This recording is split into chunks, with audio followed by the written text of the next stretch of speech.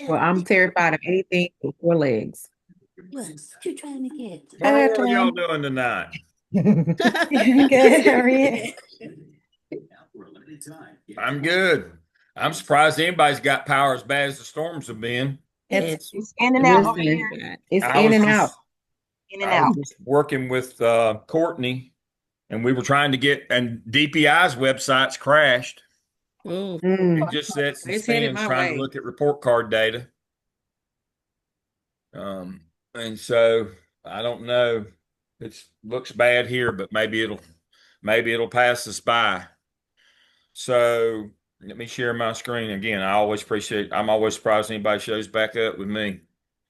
All right. So let's look at our schedule. We just finished our second weekend. We've got class tonight, and then we have the week off next week because of the holiday week. And then the following week, we have our final class, and you do it at 9. we're going to catch up anything that our weekend presentations from this past Sunday. Now, I've just put out a message. If folks can't come tonight and do theirs tonight, I'll still give you full credit. And if you want to, we'll find you a time later to present them. If you got a passion to present, that'll be fine. And if you don't, you still get full credit. All Well, right. dang it. So looking at this, here are our folks: Cherie, Tanya, Elon, Sherelle, and Chandra. So if any, let me look and see. Let me stop my share. So that's the lineup for the evening. Um, and so let me look at that again. Sheree, Sheree, you ready to go? Sure am right here. Hit it. Let All me right, turn let my me share my camera off so you screen. can get on. And if I lose you tonight, I'll try to switch my internet source and get back with you. But if Okay. we're off for more than 5 minutes, we'll just all go home. Amen. I've got a backup computer up with an alternative source, and if I can't get on it, we'll just try to stay out of the lightning. Can y'all see my screen? We can. Thank you. Awesome.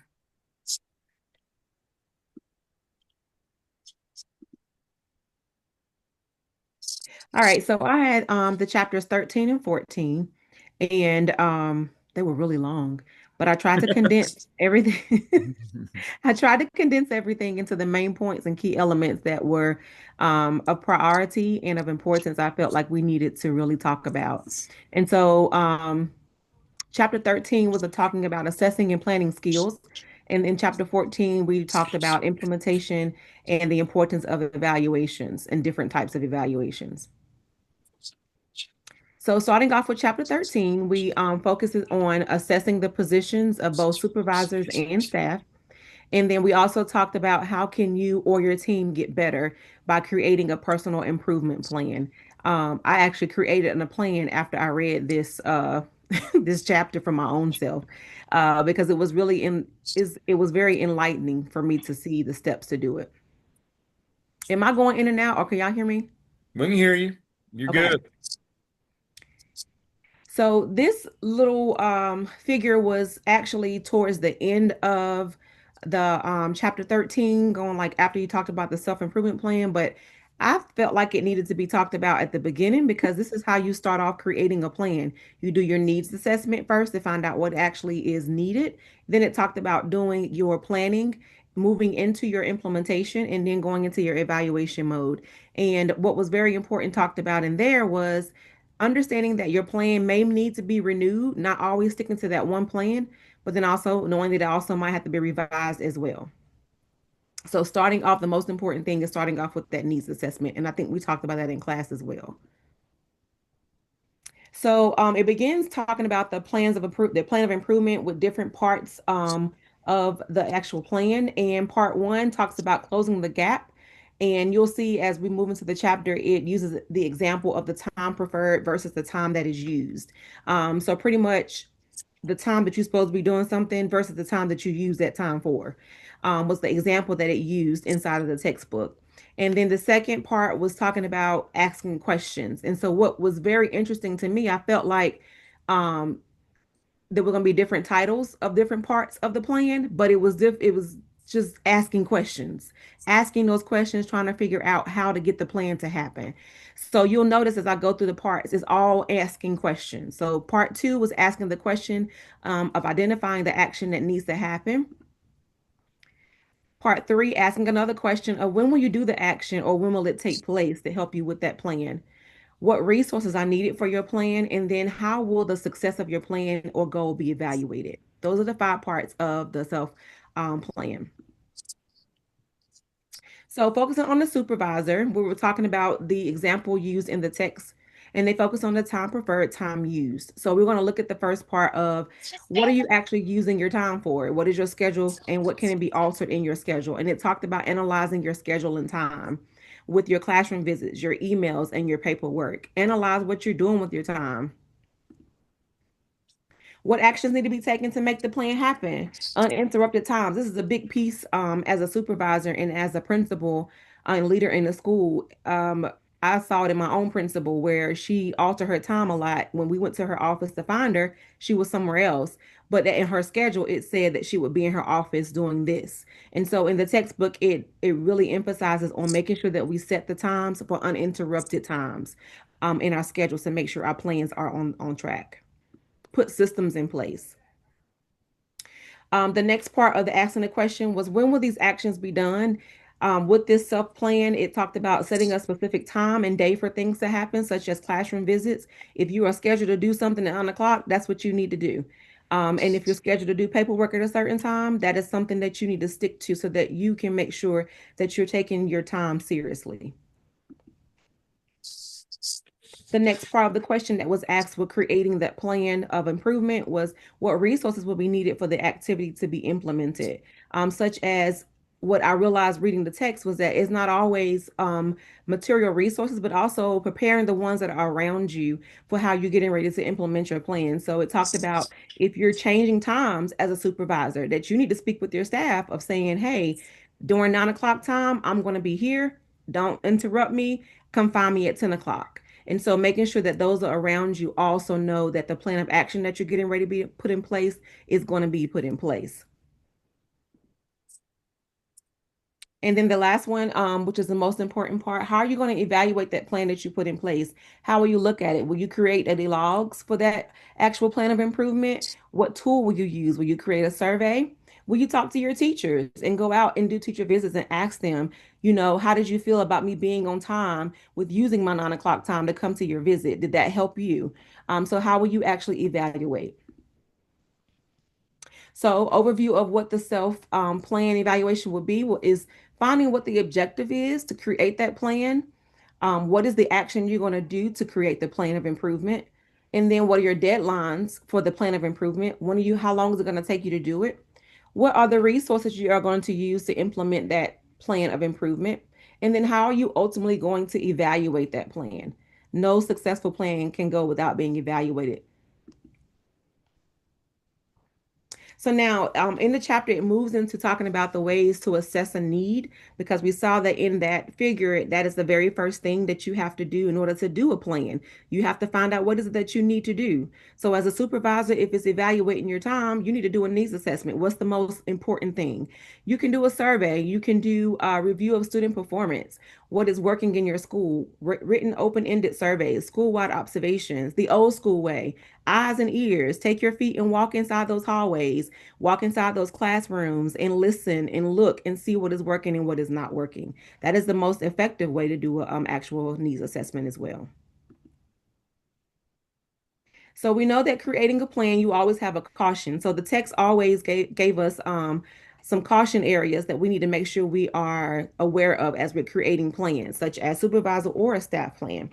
And we need to make sure that all teams should be involved in the planning process. We learned in our previous course with Dr. Fisher that whenever your staff and when your team is involved inside of the planning process, they are invested in the process. And so the textbook talks about making sure that your team is actively involved in the planning process. Be sure that all of the planning is centered around people or student success. What are you aiming for? Is it aiming for your success individually, or is it aiming for the ultimate goal? Improvement plans with flexibility for change, making sure that you know that no plan is set in stone. Things have to change sometimes. And then having a clear understanding of the goal that is intended to reach. Chapter 13 recap. What are the 5 parts of a plan for personal improvement? Number one, identify and the close of the gap. Find out the actions needed to happen to close the gap. Find the resources needed for it, implement the plan, and then evaluate what you have to do, have to be done for the implementation. And then don't forget about the actual organizational cycle that the textbook actually requests for us to do, starting off with your needs assessment, going to the planning, and then going to the implementation, but then also going back to evaluate to see what actually worked. Now, as we go into chapter 14, we are talking about implementation and the evaluation skills. Chapter 14 starts off with talking about the different stages of implementation, and it talks about stage one being readiness. Who is going to be a part and be responsible for the success of your program? This call for our service agencies, community organizations such as your families and your community people, and making sure they understand actually what is going on. So in that part of being ready, you need to make sure that those that are invested in that readiness part, that they understand exactly what's going on, preparing them as the key stakeholders, establishing the professional development structure, and then creating the support systems for that type of innovation to happen, or whatever plan you're putting in place, creating that support system connecting to you and to those people.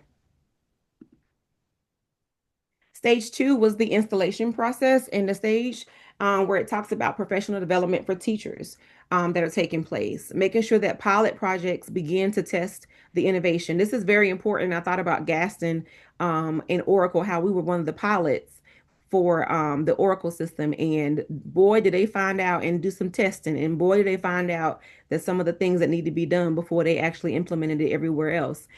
So it's very important that we do pilot projects and begin to test it before it's actually put out, which goes into that performing a gradual integration before you actually do a full approach of it. Stage three, full operation. And it kind of goes with stage four as well. They kind of talk and work together for a full operation and then the continuation and renewal stages. And this starts with innovation becoming a standard practice. And then when most teachers are proficient in implementation, talks about innovation being fully integrated with existing instructional programs. And this stuck out to me because when we are implementing new things inside of our schools, sometimes we start off real heavy at the beginning with implementing those things that are needed to implement it. But then as it goes through, we forget and don't go back to providing that instructional support, providing that instructional program to help ensure that the innovation or whatever we're putting in place actually is working. And so there was a key point that was put in the chapter that said time and energy must be expended to sustain the service learning. And so just as much as time and energy is put into creating the innovation or whatever plan it is, our time and energy must go into the same thing with making sure that we sustain it as well. So that was one thing that the chapter really spoke about, making sure that we put that same time and energy in implementation, but also sustaining the actual innovation. And these are some things that the chapter talked about that may affect the implementation or the plan that we put in place in the school organization. Don't nobody want to be in an unorganized school. Nothing can work in dysfunction.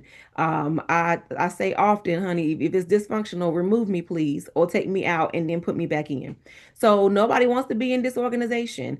Teacher motivation and understanding. This can be an effect because if the teachers do not understand or your leaders don't understand, how are they going to invest in it? The characteristics of the innovation itself. Do they know what it actually that you're trying to put in place? The quality of support factors, and then the flexibility of the implementation. Does it work in one classroom the same way it works in the other side of your building? Are you okay with being flexible of changing whatever you want to implement for it to work in another part of your school?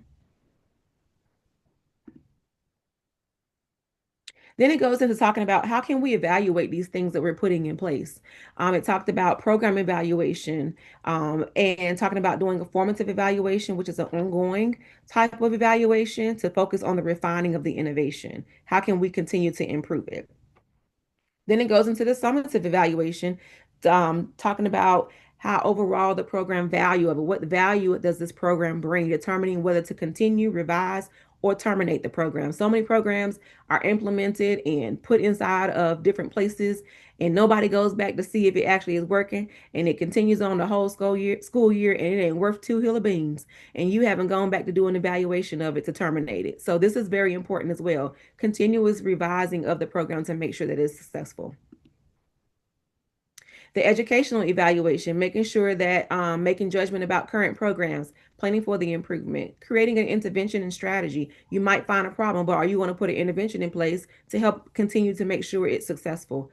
Assessing the intervention to see if that works, and then leading to a new evaluation cycle if needed. And one of the most important things, the empowerment evaluation, which includes going back to our teachers and our staff and our leaders that are in our building. As a leader of the building, you need to make sure that your teachers are involved in the evaluation process. Ask them what is working for them. Aim for the improvement of the program and the school culture, and build teacher capacity for future evaluations. How are you making this work for your teachers? And then promote self-directed professional growth.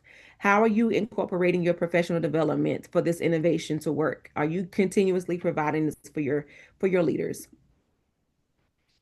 So to summarize chapter 13 and 14, here are some key points. Number one, effective supervision relies on understanding both organizational needs and teacher development. Strategic alignment of supervision methods with teacher readiness enhances the growth and school improvement.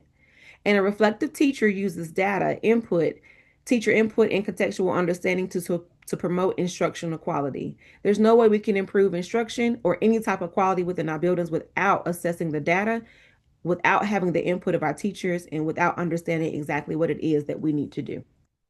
And Dr. Lamb, that is chapters 13 and 14. Well, that was just wonderful. All right.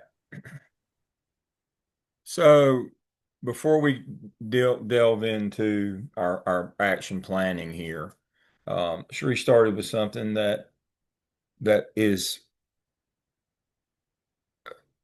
opens us up to self-reflection, and this is what all good administrators have to do. You have to figure out what I think I've mentioned this before, and if I have, I apologize for being redundant, but it's that important. You have to figure out what your hide is, HIDE, not your skin, but where do you hide during the day to avoid the things that you don't want to do? Now, curriculum people hide in the classroom, and they're all holier than thou. I was in the classroom all day. Well, that's because you didn't want to deal with discipline A and angry parents B. You were just hiding. Now, I can tell you, I hid at the ball field, the lunchroom, those kinds of places. That's where I hid to avoid the unpleasant things that I didn't want to do. But you have to be self-reflective in that. You can't, because see what you're doing there is you're just holding the pig. That's metaphor for just wasting time. It looks like you're doing something valuable, but you're not. You know you're not. You're just it helps you to avoid those critical conversations or the unpleasant things of the job that you don't want to do. So you've got to be truthful with yourself. You've got to do a self-assessment on that. Now, let me share my screen right quick. All of you have seen this before. This is, of course, the standard action plan that we use in ed leadership at Gardner Webb. We use it in the doctoral program. We use it in the master's program. We have it in some dissertations. I developed this some years ago. Well, for any plan to be effective, we must know what specific activities we're going to do. I mean, specifically what we're going to do, the timeline for when we're going to do it. If we don't have somebody's name on person responsible, I think Sheree mentioned that as well. We got to know who's going to do this. What stakeholders are going to be involved, who's going to be involved in this. We can't just say staff or teachers or admit that they never did anything. At the end of the year, we wonder why it didn't get done. Now, the next piece, resources needed, physical and human. Too many times, folks that aren't at the central office level don't understand. when somebody says, "Well, we can implement this. It won't cost us hardly anything. It only costs $100, and we've already got existing personnel." But that's still a cost because you're taking them from doing something else to do this. You can't count that it didn't cost you personnel. If you assign a person to do this, then their salary is the cost. That's one of those fallacies of action planning is we'll just add more to the plate of the people we got. No, that doesn't work out. That doesn't work out well. Um, and Cherie mentioned the Oracle rollout in Gaston County. Well, part of the problem was is they tried to have the people. They tried not to hire people to do that. They tried to use existing people, and that was part of the reason why it went nuclear. That's what you do. Well, we got all this stuff. Well, we got existing people that can do that. What about the things they're already doing? If they got time to do this, then we didn't need the stuff they were already doing. That's the biggest mistake I see in this whole thing right there, is don't understand that just because you got people doesn't mean that it doesn't cost anything. Now, formative assessment of anything is of the people, not, are they implementing with fidelity? Summative assessment's the outcome, but formative is where we make our money as school administrators. Are we in the rooms? Are we, just like Cherie said, are we in the rooms? Are we watching? Are we in the hallway? Are we gathering that formative data along the way? And it's of the adults. It's not of the test score of the kid. The summative might be the test score of the kid. But the formative is not the midterm exam. I've had people say, well, the formative is the midterm and the summative is the final. No, the formative is of the adults, as Cherie pointed out so wonderfully tonight. Kudos to you on that. That's what formative is. Are the adults implementing as intended with fidelity? Summative is the outcome. And now the last thing is, and this goes back to what Steve Fisher told you. You've got to involve people in the planning of this because of we while we might know what our goal is, our group needs to be involved in the indicators of success. What along the way tells us we're doing what we need? What else other than just that final our test scores, our reading scores for our reading composite for our district is 60%. And we want it to be 85. That's our goal. Is anything short of going from 60 to 85 in 1 year? Is that a failure? No. There has to be kind of benchmarks and indicators, and it might be other things along with that. And your group has, if everybody is involved in that. Now, if you just tell teachers you got to jump 25 points in 1 year, are you thinking you're going to be on your team or going to have any commitment or involvement? Well, he's crazy. We can't jump 25 points in 1 year. That's when we sit down and we talk and we involve all the stakeholders. Parents, if we move 5 points, that'd be great. What's your feedback on that and get them to understand we can't go from 60 to 85. You know, that's five standard deviations. You can't get five standard deviations if you had a gun. The most that you can get is two. Anything after that, you'll invalidate your scores anyway because something's wrong. That'd be 10 points. We've got to talk about that with all of our stakeholders, those indicators of success. I think I've got all my notes that I hit on that. That was an excellent presentation. Again, this is the standard graphic organizer that we use. All right, I'll stop my share.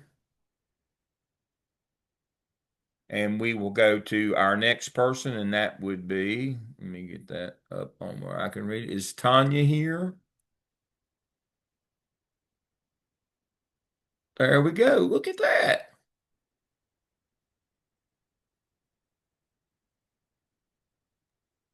You guys can see my screen? Yeah. Okay, I had chapters 15, 16, and 17. Um, and so I tried to condense all of the stuff into one slide, but I have notes and I'll add extra. Like there's one slide for each chapter. Yep. Chapter 15 is about direct assistance to teachers, and it started off with a really great quote. Teachers who receive regular classroom feedback are most satisfied with teaching. I find that to be really true. I think the teachers that are doing a really good job need the feedback as well, not just the teachers that need the improvement. Reflecting on your craft and getting feedback on your craft and wanting to improve the art of teaching, I think inspires teachers to do better. They talked about three core methods of providing direct assistance to teachers: clinical supervision, peer coaching, and mentoring. And then in clinical supervision, they mentioned that there are 12 principles that it should be based on. It needs to be classroom based. There has to be a goal that is established for the improvement of instruction and long-term professional development of the teacher. It's really about getting that long-term professional development for them. Um, Supervisors need to they need to understand child development, pedagogy, and teacher development. So they have to have a clear understanding of all of those things. They have to have good interpersonal and observation and problem solving skills when they are supervising these teachers. They need to approach it with a non-judgmental mindset, and it needs to be based on mutual trust. There has to be a safe environment there for the teacher to be willing to take the feedback and go with it and grow. It needs to be data-based. Data is gathered based on the teacher's concerns as well. So the teacher is able to say things that they want someone to look for or help them improve on. It's a reflective dialogue, and it needs to be cyclical so that it's repeated on a regular basis. Um, it's um, it's going to be collaborative, involving peer pre-observation and observation and a post-observation conference. The purpose is to promote teacher growth by focusing on specific instructional behaviors and reflective practices. So it goes beyond the formative evaluation because it helps the teacher design and implement an action plan to meet instructional goals. The next one that they talk about is peer coaching. And they talk in the chapter, they focus how it's really important that the peer coaches are trained in how to do this and that it's volunteer based. They also talk a lot about how there needs to be time built into the schedule to allow for it to happen so that they don't have to take this on as an extra duty. Um, the teacher would support the other teacher through observation and feedback. It's non-evaluative and it's a partnership. They also talk about mentoring, which is primarily used for novice teachers, but there was a caveat where they talked about how young teachers could actually be really good mentors to more veteran teachers on the new technology that is out there. And on my team, I know that's very much the case. Our young members are helping all of us who've been doing this for over 20 years learn all the new technology.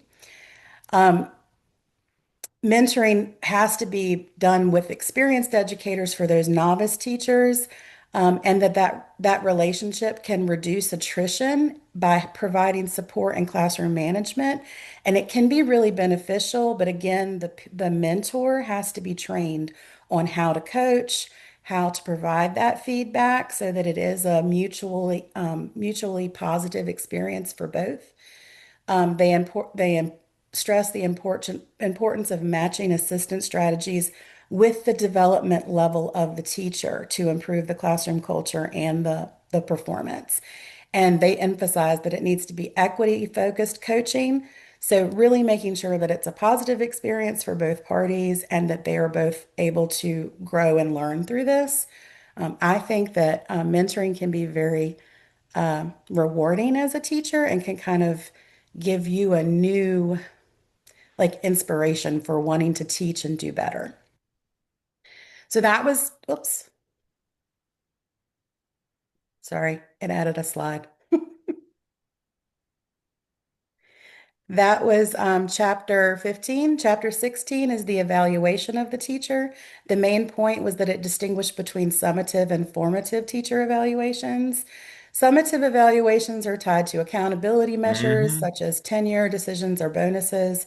It uses standardized instruments and focuses on overall performance over time. Common tools include checklists and rating scales. And then formative evaluation is the development of teacher-centered. It's teacher-centered and it aims to support professional growth through continuous feedback.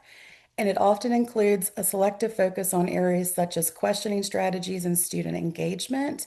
And the authors suggest, I presented on this last semester with Dr. Fisher, And they recommend separating the formative and the summative to maintain trust and openness in developmental feedback. It introduces technology tools such as video-based self-evaluations to enhance reflection and growth.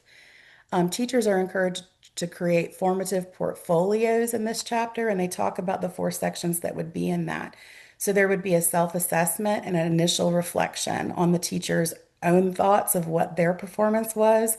An improvement plan would be developed with goals attached, ongoing evidence and reflections, and then an end of the year summary and general professional growth notes.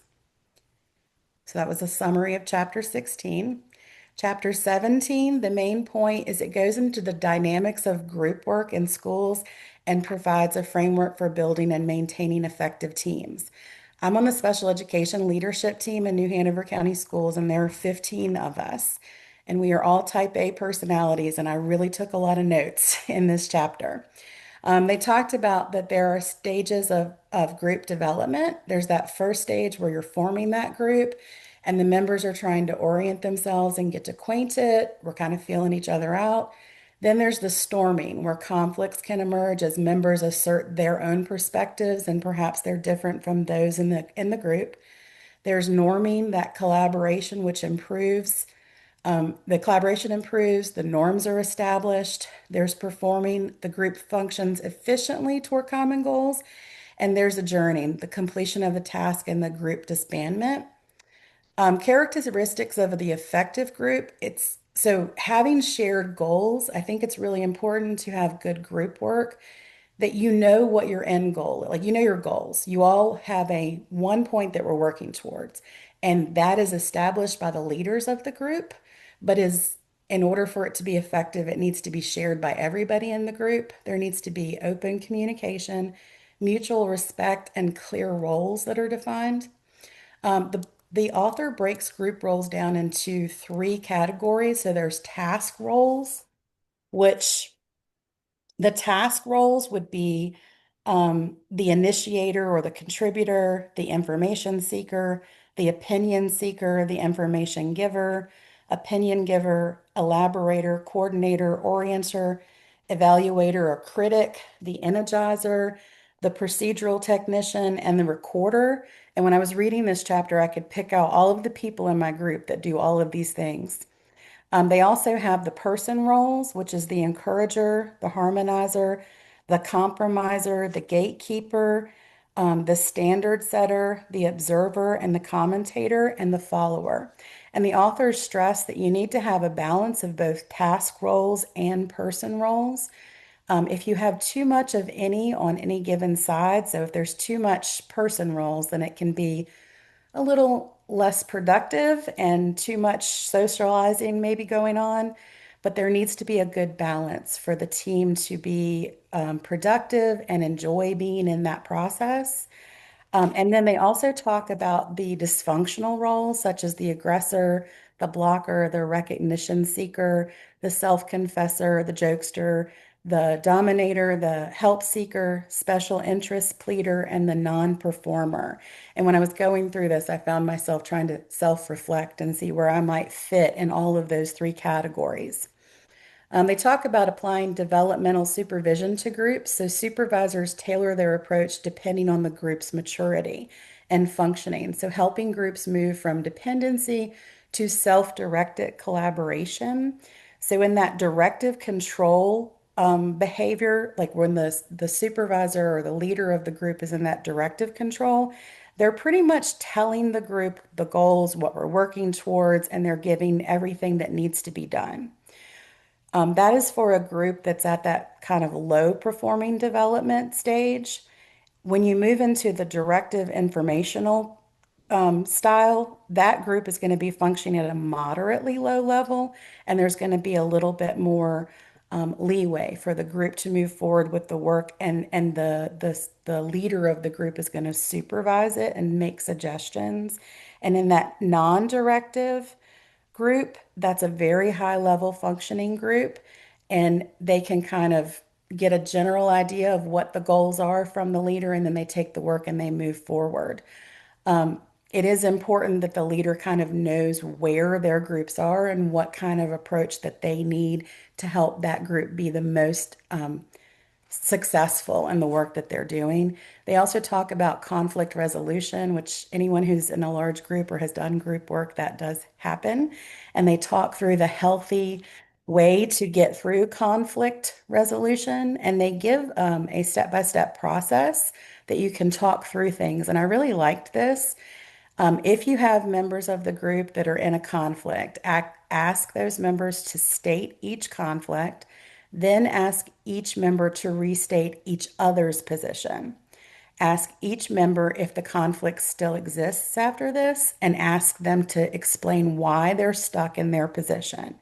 And then ask other members if there are any other suggested resolutions. So, really having a really good way to talk through that conflict resolution. Also, they talk about group meetings and having norms, making sure that we know we have agendas, we have norms, we have expected outcomes to make sure that we can ensure productivity. And that was my presentation. All right, that's great. All right, so the heart of that was Tuckman's stages of group development. Um, Very good presentation, um, Tanya. So that's from 65. That's the seminal work. Um, there was some later work added to it in 77. When I was in graduate school, they made us memorize that whole thing from top to bottom. I had an entire class on that one model when I was in I think it was a master's program that I was in at NC State. They made us learn that whole thing. Now, I'm not saying that, but as Tanya showed tonight, that stuff's still good. It's still relevant. It's seminal work. Those people still have those roles. When you're doing group development, you know it's kind of like you have to be able to manage all of those things. And so, if you're going to pick a model, now I understand, we've shifted to divorce PLCs with the norms and all those things, but this is a level deeper than that. That you really especially at the doctoral level, you should know. All right, but my question from hers, and I'll try to be brief tonight, um,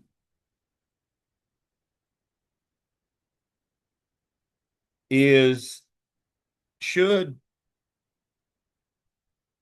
should mentors evaluate their mentees um, in terms of a summative evaluation? Let's think back to the state NESIS process. We have mentors. Do they evaluate teachers? Yes.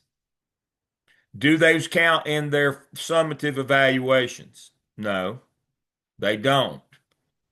Should they? Yes or no? Derek, he's shaking his head no. Tell me why. If I we're think they talking should, about a Dr. true Lamb. form of, I beg your pardon? go ahead. Go, Derek. So I think that it should not. In a true mentoring model, it needs to be a safe space where the mentee can be vulnerable and can say, I'm struggling, or I don't know what I'm doing in this area, or I don't feel capable. And that mentor is a trusted ally, not an evaluator. I think when we cross that line and become an evaluator, that trust is diminished, and the capacity for partnership and honest and open dialogue with the lens and focus on growth is not eliminated, but is definitely impacted. Okay. All right. All right. So, Dr. Lamb, I apologize for the background noise, by the way. I should have said that to start. now you're fine. Um, that's perspective from the teacher, and you're trying to build trust. All right. Somebody tell me from an administrative perspective why we ought to have them doing formal observations that count in at the end of the year. Well, I think you have to do informal because if you're always going in and it's announced and you're always going in and it's like expected that you're doing that observation, you may not always catch those moments that you need to provide feedback on. But I'm saying, all right, tell me why we shouldn't have them go in and do a summative at the end of the year. Or why should we? Can I argue for why we should? I think we Yes. should. I think we Okay, should. great. So, I think that like the role of a mentor is to like obviously to help them to grow, right? Mhm. And so within the mentor process, you're focusing a lot on the standards that teachers are going to be evaluated on. Really making sure that like beginning teachers and novice teachers have those skills. And so I think mentors have a deeper connection with their mentees than administrators do. Especially like I have a very large school where I have 6 administrators. And while I would love to think that I have a deep connection with all of my administrators, I know that I have a more personable connection with people within my team and people I work more closely with. And so I think if a summative evaluation is supposed to be what it is, which is summative, right? It's like looking at the progress of beginning, middle, and end of the year. I think that your mentor is going to have a deeper connection and a deeper understanding of where they started and where they ended. Whereas an administrator who is in my room for 20, 30 minutes, maybe once a month, maybe not, because again, like I'm at a very large school, so I don't see them in my room as much. They're not going to have a true understanding of what growth has been done throughout the year, whereas a mentor, you're going to see that more. Well, along those lines, the reason I advocate that we should be having mentors doing a formal summative at the end of the year, um, is for to compare what they saw and the growth that they saw and where they see the teacher is versus where the administration does. Um, that's the biggest problem that I'm seeing right now. Mentors are, oh, they're doing great. Everything is wonderful. And then when the principals go in, they're like, I'm not seeing that. I'm not seeing that. And so if we don't have a comparative basis.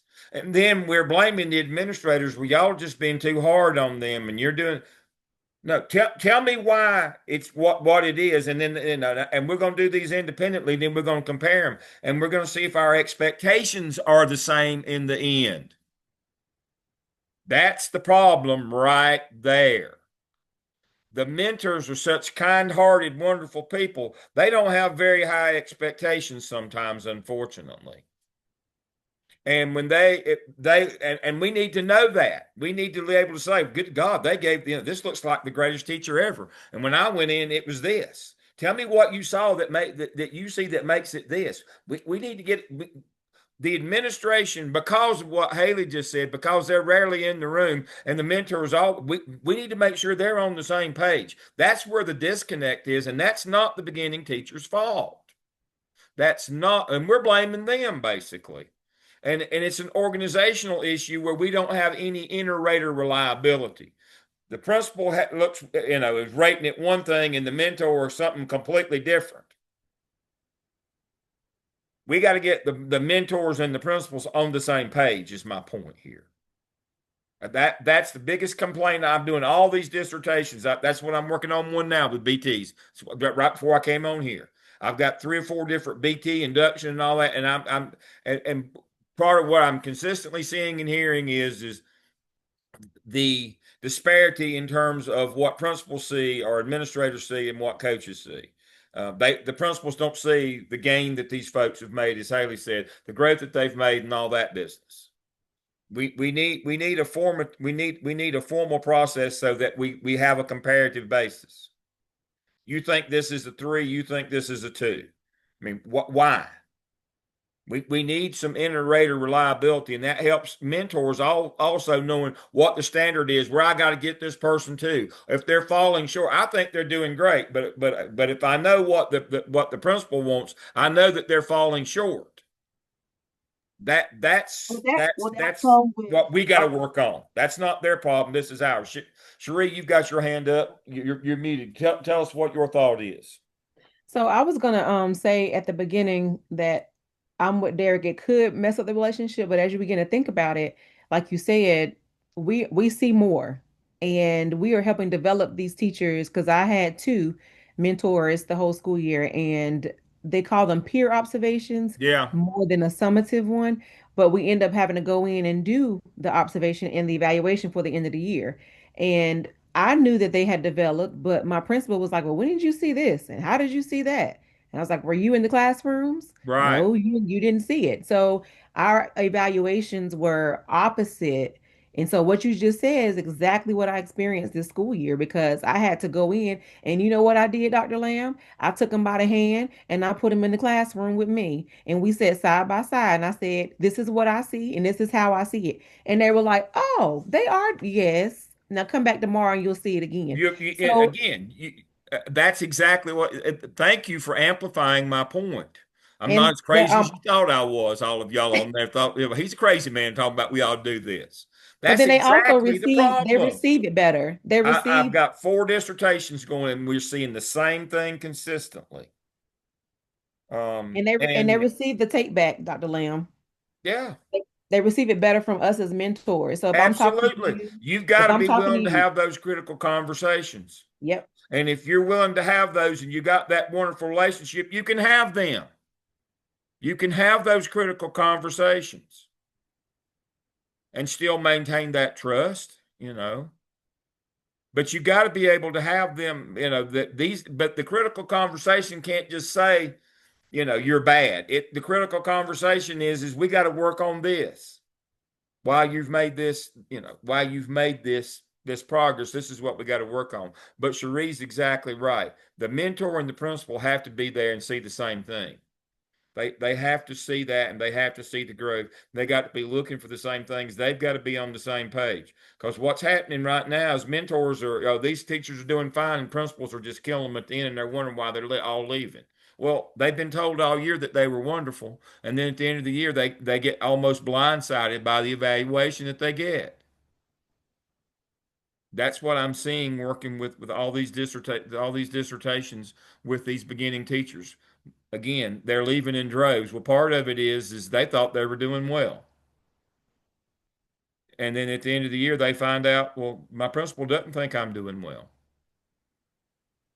Yeah, Dr. Lamb, do you think that principals should observe first and then share with mentors areas that they see need growth? absolutely. Again, it shouldn't be a secret. Why is evaluations this secret process almost like black magic? We don't want anybody to know what it is. That's what Look, my if vice. if you can't teach, pretty much everybody in the building knows it. It's not a secret. And you got to be better than me on giving mentorship advice. The last person they asked me to mentor said, "Could you give me tips on teaching at the college level?" I said, "Yeah, just don't suck." Uh, it's exactly what I told her, and it kind of hurt her feelings. I said, you got to know something other than what the book said. You got to bring some real life to this. You got to make this stuff come alive. You got to talk about how it works in real life every day. You can't just, assign chapters in the book. That's here I am assigning chapters in the book. But yes, we're required to do that. But you can't just assign them and then you got to have the conversation about it. How does this come about in our daily lives? Now, that's what we're talking about here. And so I absolutely think principals need to go in and say, here's what I saw and get started on that. And then that way, when the mentor goes in and says, I saw this, and then they can start getting together. And at the end of the year, nobody is surprised. Yeah, bumper sticker on how to be a good teacher. Just don't suck. Yeah, that's true. That's good advice. Not very helpful. And that's my point. Most of what you get in mentoring, if it's not a critical conversation, it's just platitudes. It's a poster. Tie a knot in the rope and hang on. I mean, that kind of stuff. You need mentors that are having critical conversations. You know, you're good at this, you're not good at that. This is why you're good at this, and this is why you're not good at that. And let's work on those things instead of just platitudes all the time.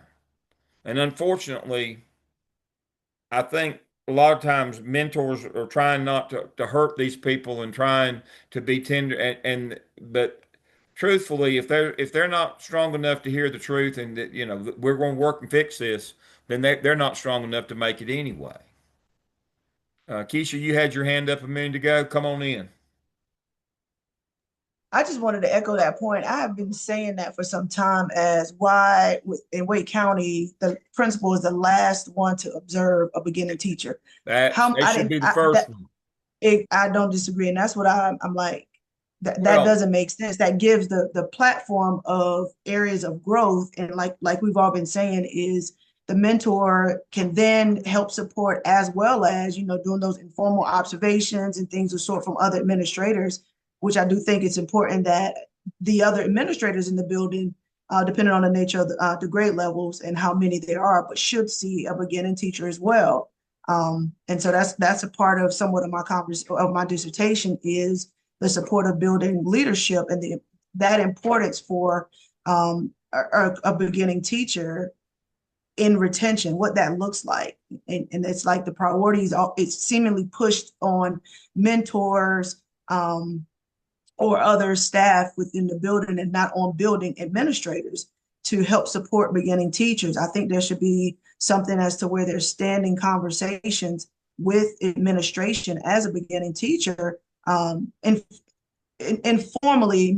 I mean, not so much that we have to document these conversations, but routine check-ins, if you will, to get that lens from administration. So that's putting the administrator in the room consistently throughout the course of the year, as they begin. But I've learned some districts just do things that doesn't make sense. well, this is all for plausible deniability. Think about it. Who's ultimately responsible for the hire of that teacher? That would be the principal. And, I've got plausible deniability if I don't go to the end of the year about how bad they are or the things that are going on. And I can, A, maybe avoid, when parents come screaming and try to tear my head off about this terrible teaching, I've got plausible deniability. And two, I can sleep at night knowing that I've got somebody in the room that's probably malpracticing on kids. But again, you got to hit this thing head on. You should be the first one in the room as the principal. You should be the first one in the room and know what you got. You hired them. They're yours. You're the one that sent the recommendation up the line to hire this person. Well, don't say, well, that's the only one I had. Well, but you're still responsible, whether you had 100 or whether you had one to pick from. This plausible deniability. I don't that that's not what leadership is. That's not what leadership is. I hired this person. That's the only one or the best one. I'm now responsible for that person. I'm gonna run over top of somebody else to be the first one in the room to watch them. The whole idea of going last is for plausible deniability and for comfort and ease and for legal liability and all that stuff. It's not for improvement of instruction. I believe 115C288 said principals supposed to offer teachers suggestions for improvement of instruction. I believe that says that right there in the state law for the duties and responsibilities of a principal. I can tell you exactly what it is. That's what we're talking about.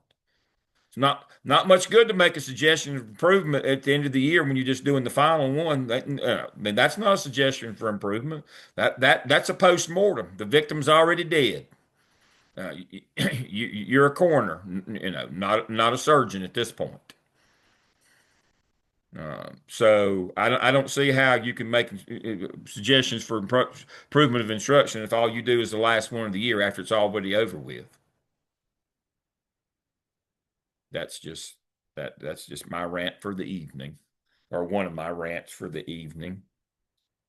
But I get we want these people to have a safe space and we want them, but if we truly are trying to help them and improve them, and then they should be grown people enough to understand that it's still a safe space for them. But that at the end of the day, we're paying for this. We got to see some outcomes. This is not a volunteer organization. We're paying for this. People are paying for this. We can't ever forget that part. All right, looking at my handy dandy chapter here. Alon, I'm here. there you are. Look at that.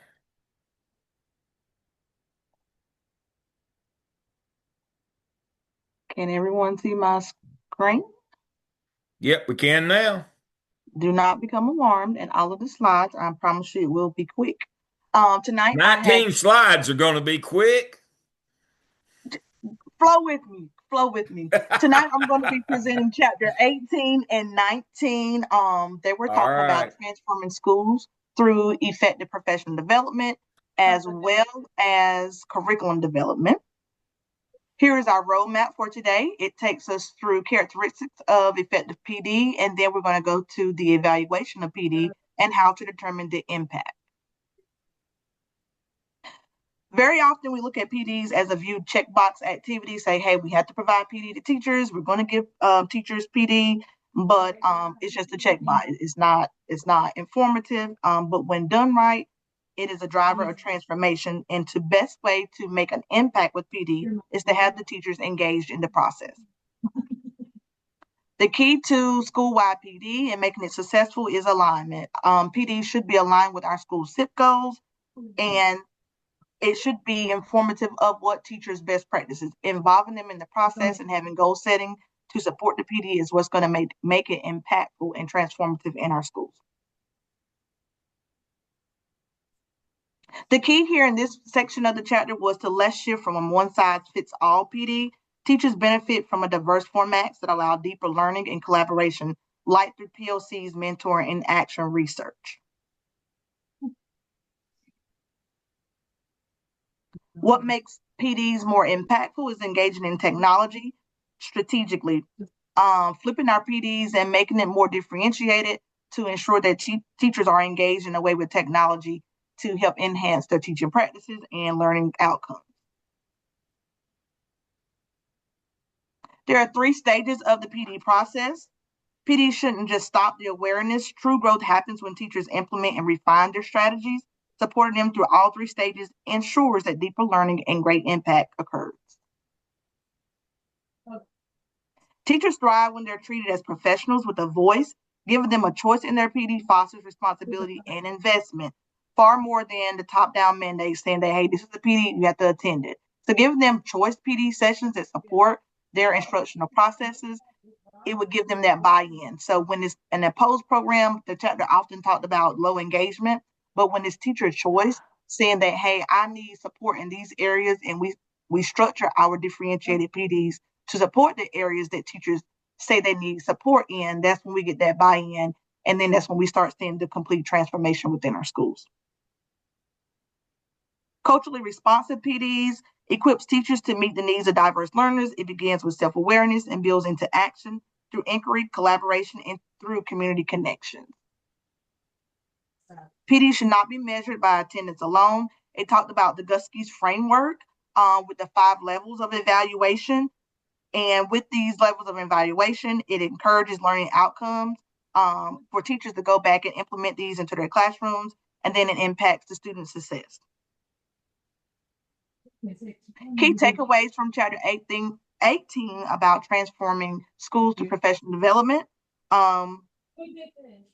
PD is not just a one-time thing, or it's not just a checkbox. It's ongoing. It's a strategic investment in our teachers and our students. And when committed to, it is purposeful and personal as well as powerful. Those are my 3 Ps I like to put a tag on things: purposeful, personal, and powerful. And now we're going to go through transforming schools through curriculum development. We're going to begin with looking at the role of the teacher and what they can play in the curriculum development within schools. And then we're going to end out with looking at the understanding by design model, which is what this chapter stressed throughout the whole process.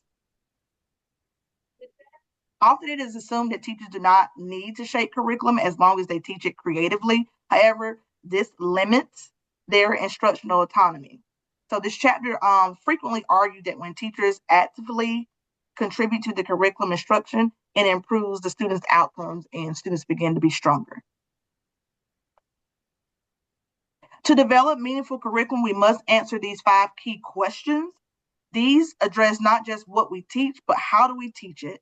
Collaboration among educators and community stakeholders ensures that curriculum reflects the student needs and cultural relevance of the curriculum. Looking at the multicultural and transformative curriculum design is not just about adding diverse content, it's about more so focusing on the transformation process. And it challenges the systems that we already have in place and centers it more on student identity and voice, and equips the learners to critically engage with systems that are relevant to our world. Exactly. The chapter then goes on to talk about curriculum mapping and how it is a powerful tool, how when used properly, educators can visualize instruction across time and with their subjects and with their content.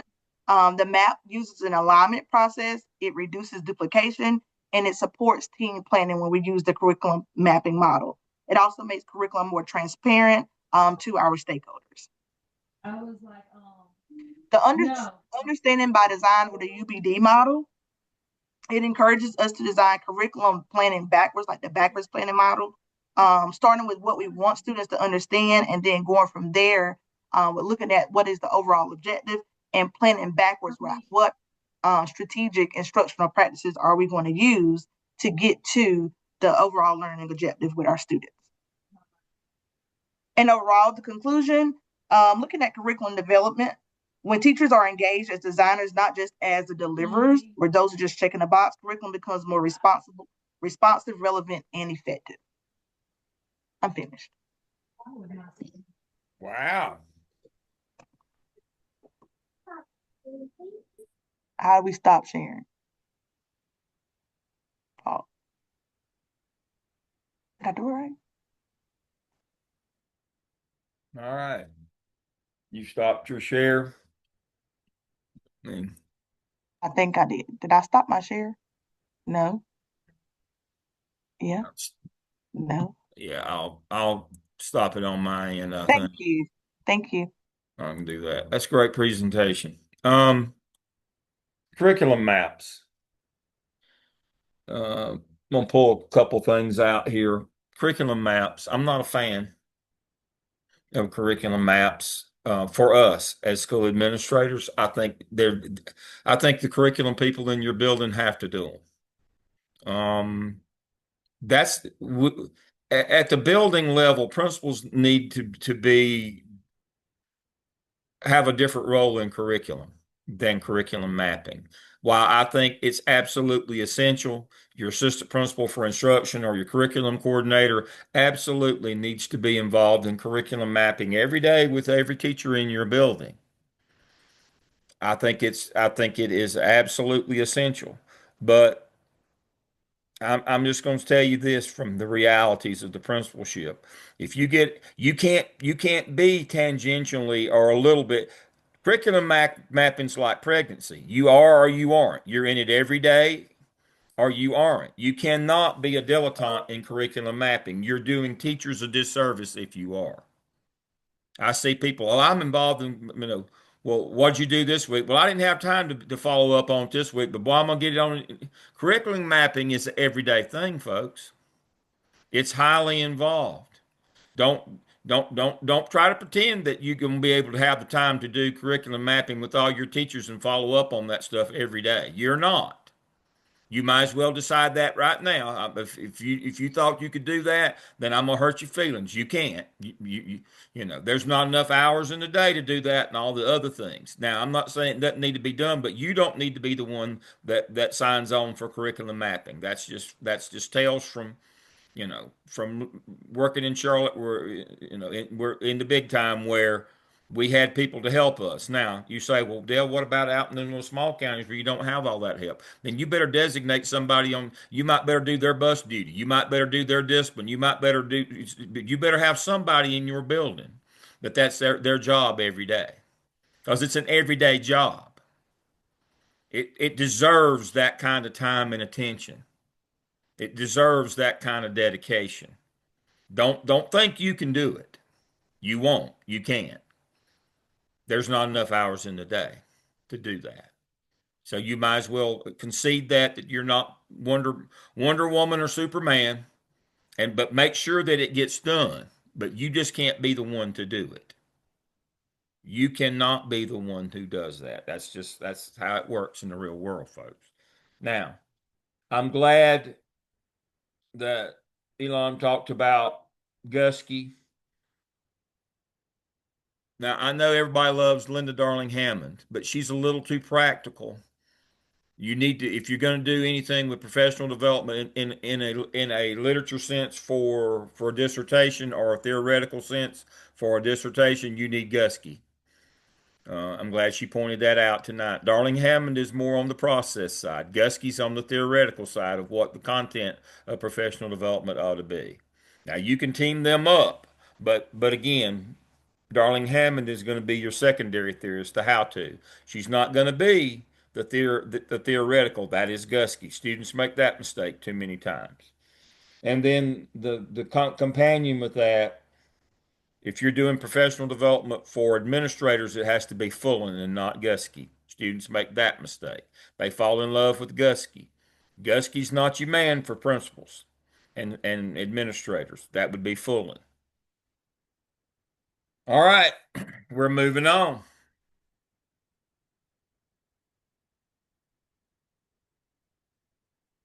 That was a great presentation. Sherelle, are you there? I saw you a minute ago. Yes, sir. I'm here. There you go. I'm sharing. Y'all are moving around on me too much tonight. I lost Tanya a while ago. Can you see it? Can you I can guys see see it. it? Okay. That's great. Hold on. But I can't see it. So hold on just a second. Well,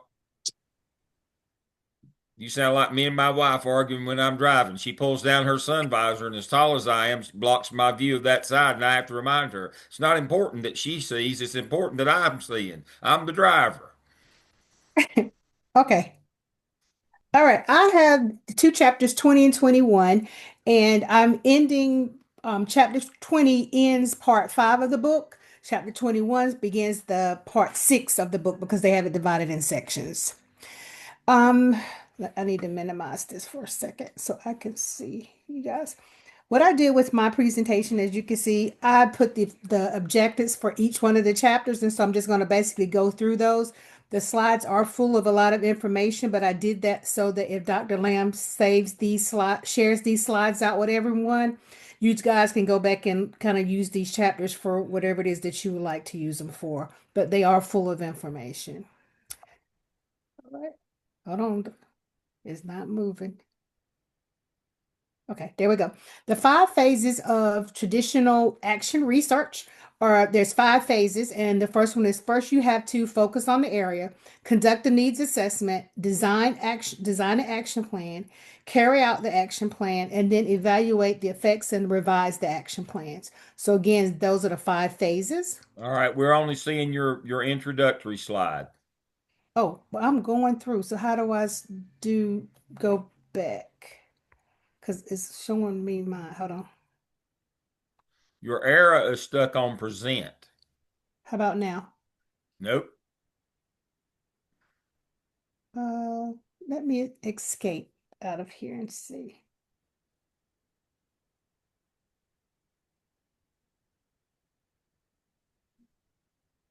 Hold on. How about now? Nope. I wonder why that's doing that. I'm going to stop sharing for a second. Okay. Okay.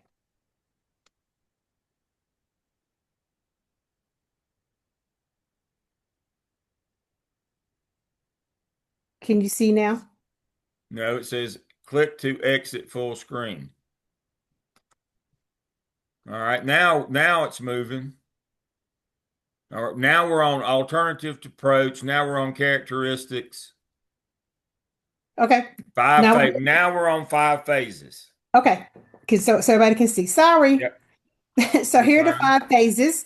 As I said, select your focus area, conduct your needs assessment, design your action plan, and carry it out, and then evaluate. So those are the 5 key things in traditional action research.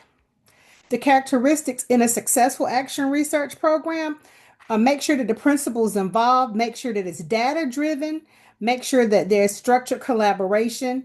We need those support systems in place. And then we got to make sure there's gradual growth, gradual expansion. Can't come in and just make changes overnight. That's the successfuls when we see it happen over a period of time. And we have to have positive school outcomes. So those are the characteristics that you should see in a successful action research program. Now there's 3 alternative action research. You can go with the interpretive action research, critical action research, or the appreciative one. Well, the um, one of the objectives said that we only had to go with one. So the one that I picked was the critical action research. But again, there are 3 different ones. So the one that I'm going to highlight a little bit about critical research, we examine the power and inequity, centers on the praxis, the action and reflection, and it's data-driven dialogue for change. So again, that one, if you're going to select that one, if you're looking to challenge some type of inequity, you would use the critical action research for that one. So the again, this slide kind of breaks that down for you. Principles of shared governance for instructional improvement. There has to be when I was looking through this, I was like, this is how I feel like my school is. But again, just with the reflection, I would like to know, like when Cherie was talking about self-reflection, well, we have the equal representation, one person, one vote. We have that shared decision making. There's instructional focused decisions. And one of the main questions that we ask when we're making those decisions are what should we be doing here to improve student learning? And then those small groups. It shouldn't be always everything in whole group. We need those small group. More discourse happens when you have groups of 7 to 11, because sometimes when we're in a larger crowd, I've seen even at my own school, you have maybe 2 or 3 that dominate the conversation, and we may not be able to hear the voices of the other one. So again, these are some shared governance for instructional improvement.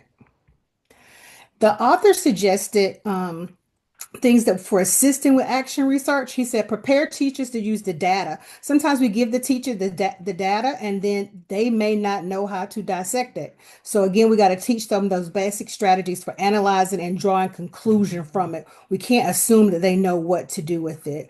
We have to establish ethical guidelines during the research. We have to have adequate resources, again, time for planning. A lot of people don't like staying after school, so we got to make sure that we allot that time, if possible, maybe sometimes during the day, to allow for that planning for the analysis of the data. And then we got to encourage sharing and reflection. So that means that we create spaces and places for them within the school and with other schools to share that dialogue of what we actually, our data showed or what our research showed. That was chapter 21. Now, excuse me, chapter 20. Now we're moving into part 6, which dealt with cultural task of supervision. And then you can see here, these are the 6 objectives for chapter 21. And so I'm going to have a slide for each one of these to explain what these objectives are. So the first one is focus of the chaos theory. So the chaos theory, the focus is they're unpredictable, unforeseen outcomes such as the butterfly effect. We have complex nonlinear systems there.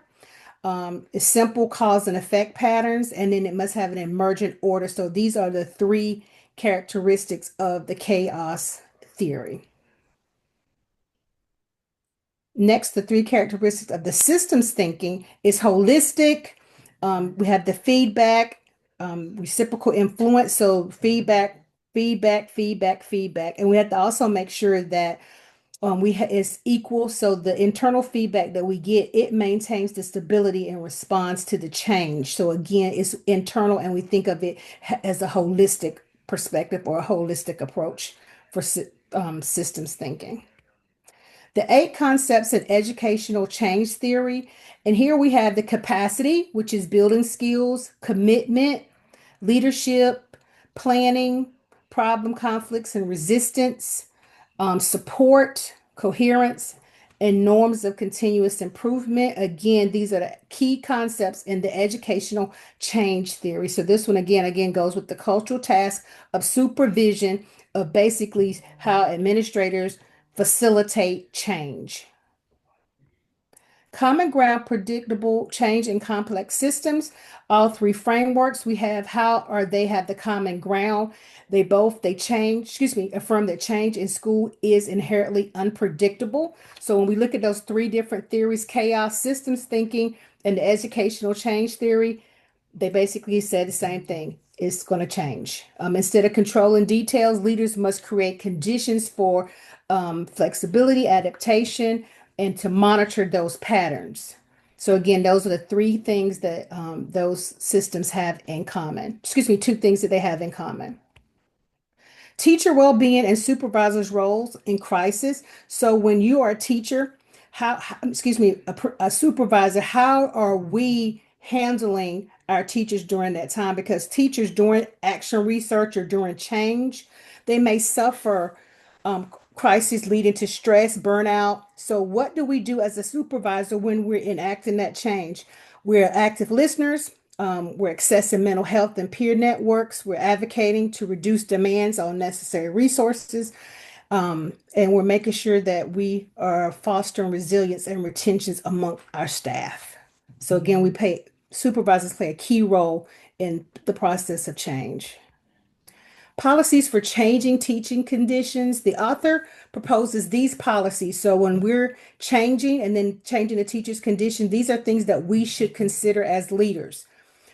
Making sure there's time for collaboration, the PD, being a supportive leader and having them be a part of that shared decision making, making sure that we have adequate working conditions and resources, having systems in place for accountability and supporting, and making sure that we have equity focused staffing and funding. So making sure that we have meeting the needs of our teachers and our experienced educators. So again, these are the teaching conditions that they feel that we should have in place. And that is it. All right.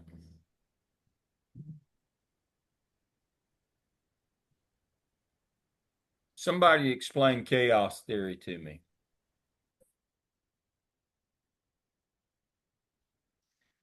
It was a great job. That was really good. Somebody explain chaos theory. Somebody, anybody.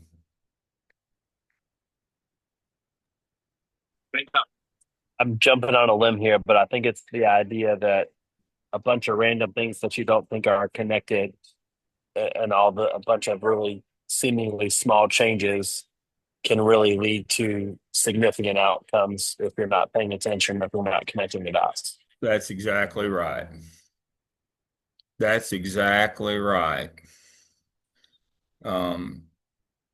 Generally, when systems fail, it's not a big thing. It's a series of little things. That's what chaos theory teaches us. It's a series of little things.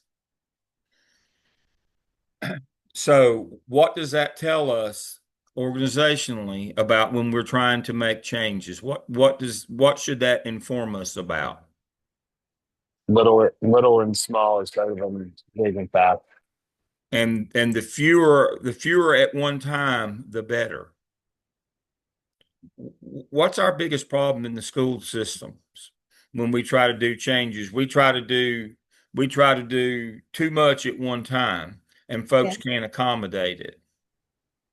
Chaos theory tells us systems fail. It's just a series of little things, but it's a series of little things.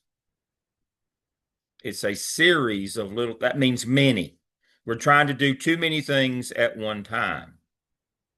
That's what chaos theory. So if we go to Singe's, or organizational theories, um, you know, that's what Singe talks about is do little things one at a time and do them well, and then move on to the next thing. But what do we try to do in the school business? We try to do a dozen things at one time. And we think because they're just small incremental changes, that will be okay. We don't understand chaos theory. That systems fail not from the big things, but from a series of small things. That should inform when we're trying to do changes in our buildings. That should inform us that we don't try to do everything at once, no matter how small they are. Well, these are just small things, so it'll be okay. No, that's exactly what chaos theory teaches us not to do. That's the takeaway from that presentation is you got to understand chaos theory. If you don't, you're destined to fail. You'll attempt too many things at one time. And even though you think they're minor changes, all those minor changes disrupt somebody, some segment. And the more you do, the more people in your organization that are disrupted. So if we're doing 10 things and 10 people are, well, only 5 people are affected by this one. But if we're doing 10 of them, that means 50 people are affected. It's almost exponential. That's the biggest problem that I see at the school level and the district level. They think that small incremental changes that we can do any number of them at one time because they're small. That is not true. They have not read chaos or understand chaos theory. That was an excellent presentation. All Thank you, right, Dr. Chandra. Lynn. Chandra, are you there? You are. You've moved again, but I found you. All Dr. right, Lynn. you're batting cleanup tonight. Right. I think So Cheryl was bring us trying to say home. something. Dr. Was Lamb, I was just going to say when you said that about the chaos theory, that was one of the things when I did my interview with my HR director that he Yes. said it causes a lot of teachers to leave the profession because of that. And so they're trying to, when they go to have their cabinet meetings, he said they've been trying to streamline them to say, hey, if I'm um, doing this initiative this year, can we kind of like, don't try to do it all at one time. There So you go. what you were just saying kind of reiterates what he was saying. It's causing a lot of people to leave because it's an overload um, from so many departments coming. Systems failure. Mhm. I've said this 1,000 times. This is a personnel course, but I've said it 1,000 times. What's our biggest system failure? What's our biggest problem right now in schools? People leaving. People leaving. And so you're exactly right, Sherelle, exactly right. You need to be cognizant of that. And that's what, again, your HR person, kudos to your HR person for being smart enough to realize that. They're getting the feedback from these people. They're overwhelmed. You got too many things going on at one time. And when that happens, people just check out. People just leave. And that's one of the biggest contributors to the worst problem that we have right now, which is teacher attrition. That's exactly right.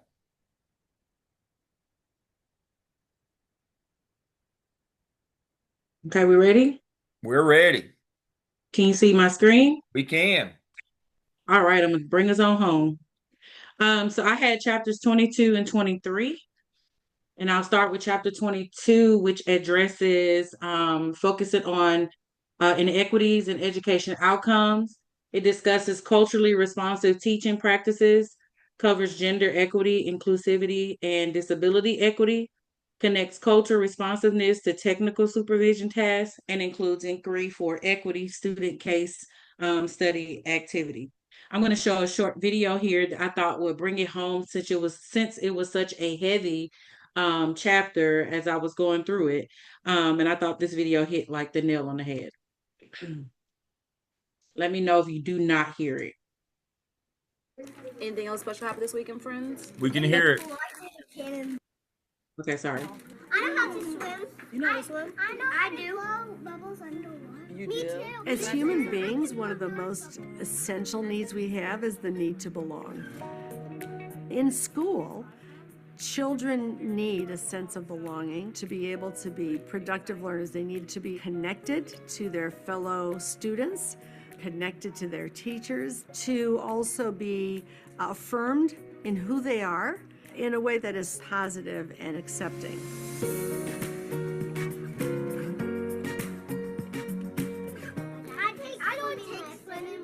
In a belonging classroom, there's a community being explicitly built. the teacher knows each child and things about each of those children that they can mention and draw on. I pay attention, I listen. I'm really invested in what they tell me. The students feeling loved, students feeling nurtured, students feeling like they have a place at school, they're safe. It activates their brain cells. What side would you do? Sense of belonging is one of the most important activators of a child's engagement in learning. Everything about activating a child's cognitive skills begins with activating their social connectedness. The energy for learning is coming from the social connection that children have. But in the end, we're trying to come up with an agreement. Excellent. We're not going to comment, question. We're only going to encourage.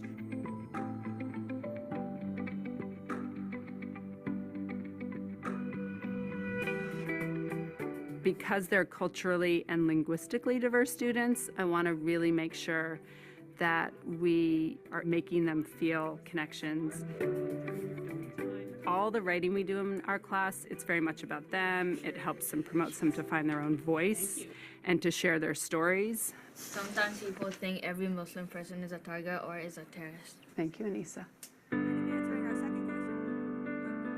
What did this show us about what we are good at as a group? Working together, because we often argue a lot. Today, we did an activity that was really designed to get them thinking about how they're going to support each other. I think that reiterating the idea that we're in this together, I think it's hard to find the time, but doing some team building exercises at the beginning of the year and revisiting them can really help illustrate that point. In a belonging classroom, they have a community that may meet in classroom meetings to problem solve together, to read stories together, to tell success. Okay, I'll stop there. I was going to stop at 3 minutes, but I'll keep going. But basically, I chose this video because it showcased some practical strategies in this chapter, creating a classroom environment where students feel safe, they feel respected, they're connected. It also continues to highlight, if I was to continue to play, some more significance of having a sense of belonging, which is crucial to a building and having a strong school community. It's also highlighted in chapter 23. Okay, I'm gonna try to stop Or having. Try to go to the next one. All right, and then as I keep going, it talks about addressing adversity. Adversity is most important responsibility of our supervisors inside of our schools, and inequities in education are also rooted in societal institutional failures, not student deficits. The moral imperative and professional responsibility is to ensure equity in education. We know that has become such a sensitive word, but I still also think that I would have to agree with Glickman in this chapter as well. Educational inequities. Inequities are rooted in systems and not our students, as what was highlighted in the chapter. Supervisors must recognize and address structural barriers and be culturally responsive schools and have classrooms that are essential to those things. Then it digs into equity. It addresses the gender gaps and promoting inclusivity, creating safe environments, which you saw on the video, for students who identify as something other than their birth gender, and then promoting full inclusion for students with disabilities.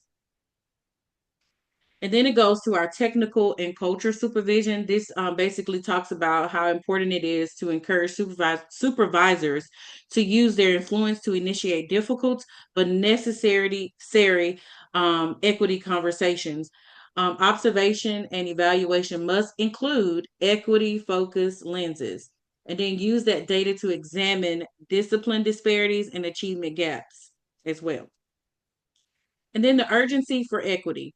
Demographic changes increase the need for culturally responsive leadership, and supervisors must reflect and act with purpose. We know that demographic changes increase the need for culturally responsive leadership, and then this is a great opportunity for supervisors to begin to reflect on this. All right, now moving to chapter 23.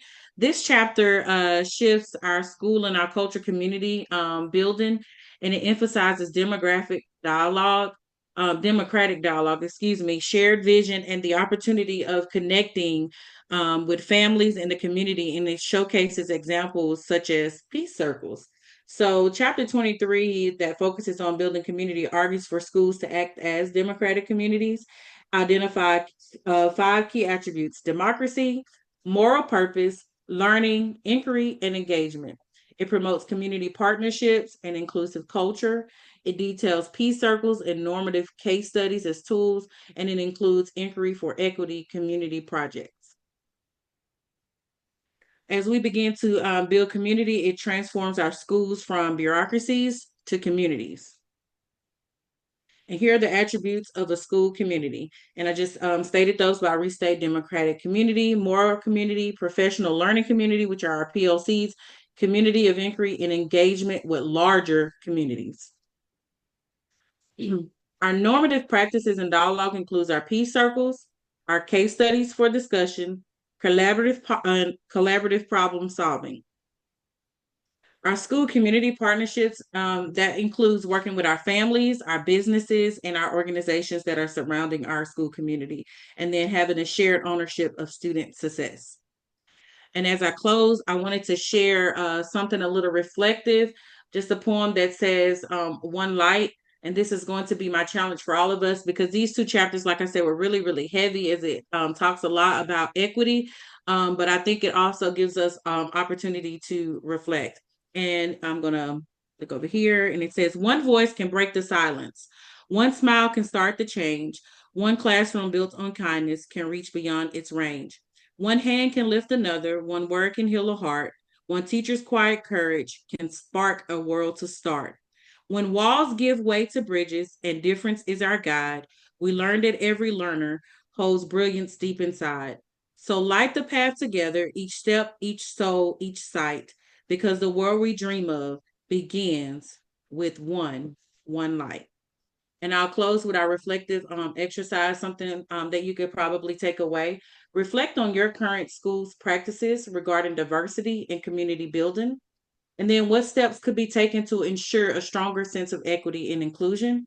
And how can you and your team implement communal supervision in practice, and consider your role in promoting a democratic school culture? That's it. Very good. All right. While I am looking for something here, won't take me but a second. So the question is, do adults need a sense of belonging in your building? Absolutely. Why is it that we think as long as, that only kids need a sense of belonging? The adults need the same thing in your building.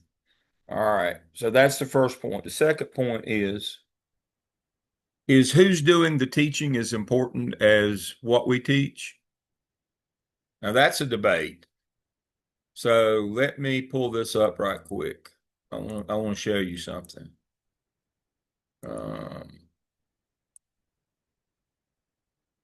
I'll get to that in a minute. I'm going to show you a school faculty.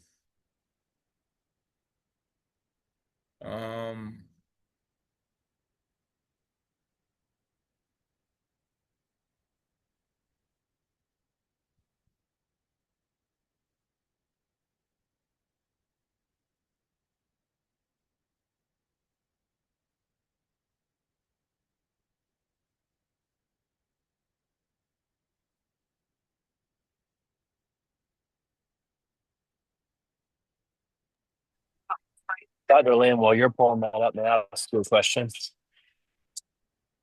Yeah. It's a little bit off topic, but several of us have accessed our fall schedule, and I'm seeing that for the qualitative and quantitative classes, it doesn't look like we have a teacher assigned yet.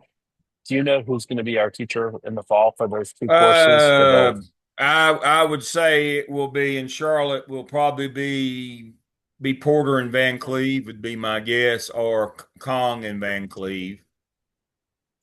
Okay. And will that be one teacher for both of those 2 math classes, or is it a different teacher for each class? You will have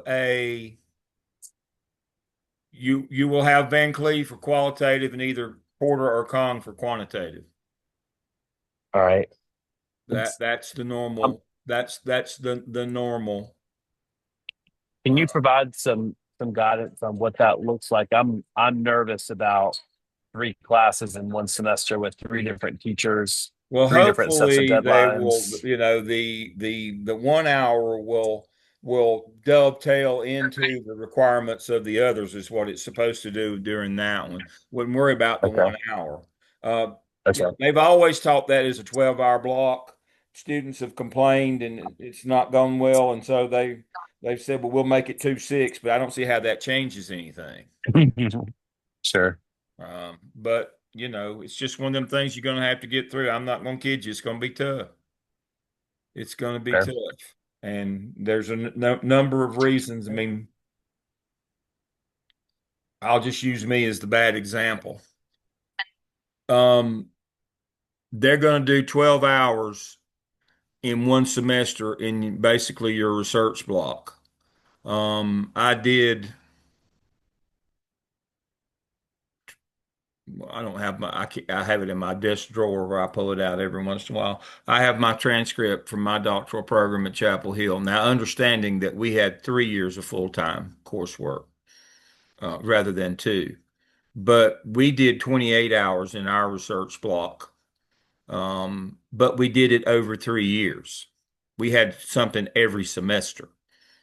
We might have field techniques. We might have stat 1, stat 2. We had them in 3. But there they understood the difficulty. They split them up into 3 hours, but we did them over the course of 9 semesters. We did 28 hours. One of them was a 4 hour. We did 28 over but we have one every semester. We do it all in one semester at Gardner Webb. I don't advocate for that, but that's what it is. And so it's going to be tough. You're exactly right. All right, so here's the pop quiz at the end for the last presentation that we just had there. Dr. Lim, can I ask one more question Yeah. about that topic? I'm so sorry. So, for planning purposes, because we don't have a teacher assigned yet, one thing I really appreciated about you is that you sent us an email like back in like March Yeah. and told us the weekend dates for this summer. Yeah. I know we have the schedule of the 2 possible weekends for the fall, but do we know which set of the weekend dates we're going to be using in Well, the fall for our 3 technically, teachers? technically, you would have both weekends if they're going to run this as 2 courses, unless they're going to do some special dispensation. The way they were doing it as one course, you just have one or the other. I don't know how you could not have both the A and the B if you're running them as 2 separate 6-hour courses. Because by SAC standards, for residency, you have to do 3 weekends for each class. So unless they're going to do, again, this is all new. It's been done as a 12-hour block. I haven't been in on the planning of 760 and 761. My suspicion is that you'll have all the weekends because it's 2 classes. Who would be our point of contact to get some clarity there so that we can plan for our fall semester? That would be I would say that'd be Dr. Putnam, Jennifer Okay. Putnam, Jay Putnam too. Are you going to have one or the other or both weekends since you got 2 classes? That's a pretty legitimate question. I don't know what they plan to do. I do know what the standards are. If you're doing separate courses, you have to do residency for both. Now they might have gotten some special dispensation where they won't have to do that. I don't see, I'm not in on the planning part of that. That's an EDDS deal, not EDLS. They pull you into that area for that semester and then bring you back. But you need to be concerned. I mean, I'm not trying to scare you, but you need to be concerned. Whatever else you got going on in your life, you might want to put on hold. You're taking 12 graduate hours in research and statistics because that's a heavy, heavy load. Like I say, I never did more than 4 hours a semester at Chapel Hill, and they're doing 12. So that's pretty tough. That's pretty tough sledding. And so it's going to be all you want and more. All right, so let's look at this school faculty right quick. I have a question. Yes. Hi, Dr. Lamb. So with us knowing, well, we don't really know, it hasn't been confirmed, but so when could we meet with you after we have these all of these classes when it comes to like the quantitative and qualitative? Because we really want to, if you could tell, we have a really tight-knit cohort. And so is there going to be some time where we can meet with you regardless of your, I mean, we know you're not going to be our teacher, but can we have a separate Zoom call that we can talk about Yeah. what's coming up for Yeah, we can do that. We can set us with this aside quantitative and qualitative, especially when we can set aside a time on a weekly basis where we just do a regular Zoom. just so that we all can just kind of stay afloat here. I mean, Yep. especially just with the news of us having the strong possibility of having 6 weekends together and it being so top heavy. I just wanted to throw that out there Yep. early. Yep. If y'all want to, I mean, I can just, I do 2 nights a week general sessions, and I do um all day Friday and all day Monday general sessions. But what I could do is on one of my one of my weekly sessions night, I could carve out an hour of that for y'all. Okay. We can do that. That's not a problem. We can just talk about it, especially because, we appreciate you, even being willing to and the advice that you're giving us in advance. But, we're going to need probably some extra hand holding Yep. here. Yep. What folks have been doing is just signing up for individual sessions, and we go over their work, or they'll send it to me and I'll go over it before they turn it in. Or when you can sign up, for a time on the individual sessions, but we could make a group time. Okay. Dr. Thank you. I Dr. just want to throw Lamb, that out there. Yep. Dr. Lamb, Nancy Lee here with the question. Are they going to use what John Cresswell's textbook on stat? They will. That's been the standard. His six or seven. Cresswell is the standard. That is correct. Okay. Okay, I ordered my book. Okay, thank you. You're welcome. That's the one that's the qualitative, quantitative, and mixed methodology. Yeah. Okay. Yeah. All right, thank you. And I like Merriam on qualitative. I don't know if they're going to require that one or not as well. I looked at that one too. I like Merriam, Merriam. I think I already picked it up. Thank you. Now, they usually use that one, but they might have changed. All right. Here is the school staff of this school.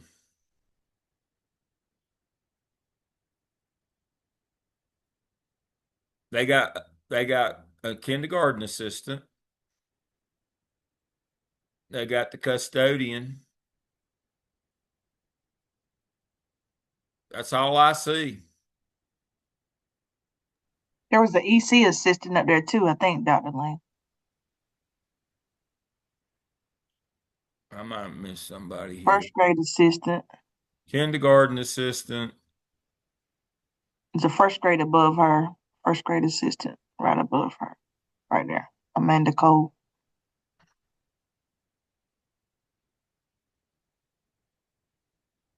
But what I'm talking about is people of color. Oh. All right. So this is their grammar school staff.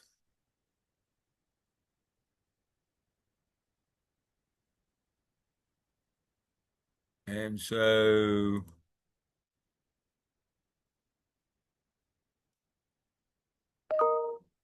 here's Courtney. She just got hired. Here's their administration.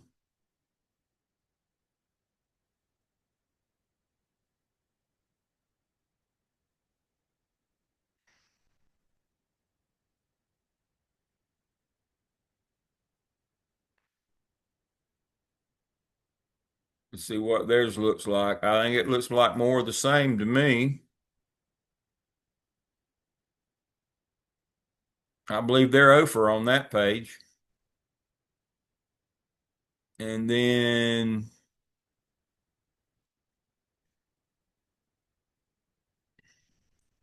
let's check out the high school.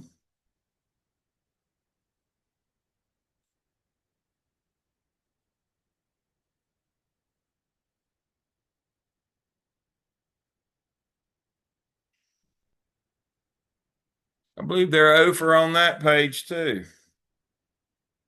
All right.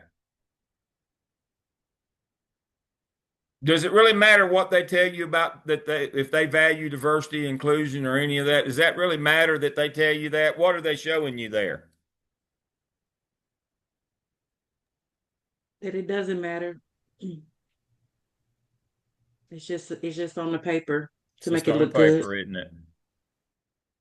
It's just on the paper. My point is too many times all these things that if we even mention them now, they're on the paper. Um, what if you were? We won't even talk about the kids in terms of if you can see it, you can be it, role modeling or any of that. What about if you went there, would you apply for a job there? Would you feel a sense of belonging there? I can tell you right now, I'd be nervous around that many white people.